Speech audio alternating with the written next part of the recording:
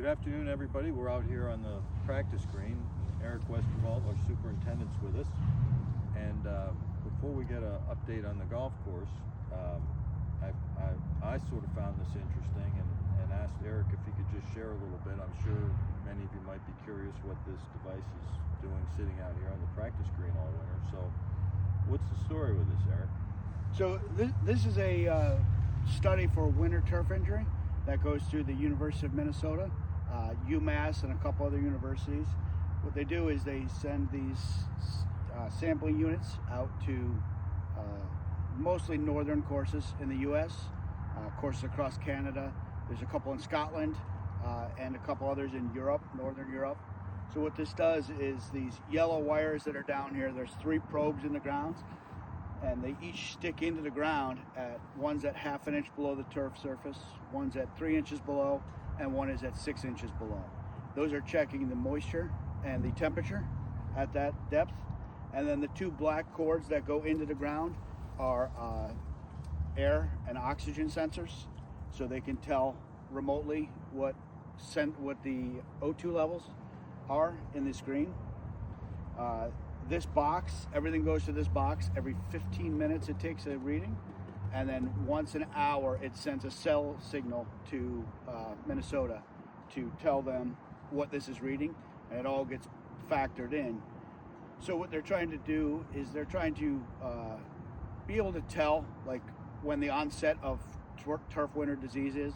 Like several years ago when we had 13, they were trying to figure out then. This was like just starting at that point. I think this is our 5th year that we've done this. Initially it was just a visual test. Now they do the visual as well, but with this sensor they can tell what exact levels are. And so now we have access to that whenever we like to look at it, to be able to tell. As of now, unfortunately, they still do not have anything determined of when a disease, death, or winter injury will occur, but they're hoping to gain some traction and be able to figure that out sooner than later. Now, we had a pretty cold winter this winter, and now that the greens are uncovered, and what kind of damage or what kind of problems do we see out on our greens? All of them look very healthy. There's some discoloring, which is natural just from the sun, UV. 2, which usually has a permeable cover we had on this year. Unfortunately, that and 13 both blew up a little bit, so they're a little off color from the bright green color. This green right here was not covered.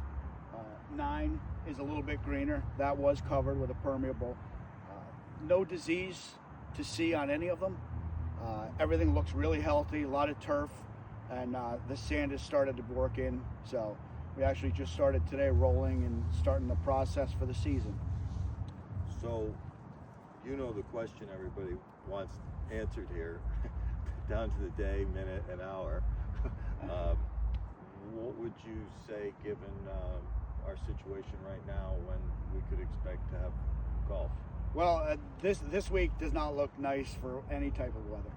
So I would say this week is out, and we're just starting to clean surfaces. We'll continue to clean surfaces, mow, hopefully get a mow on everything beginning of next week.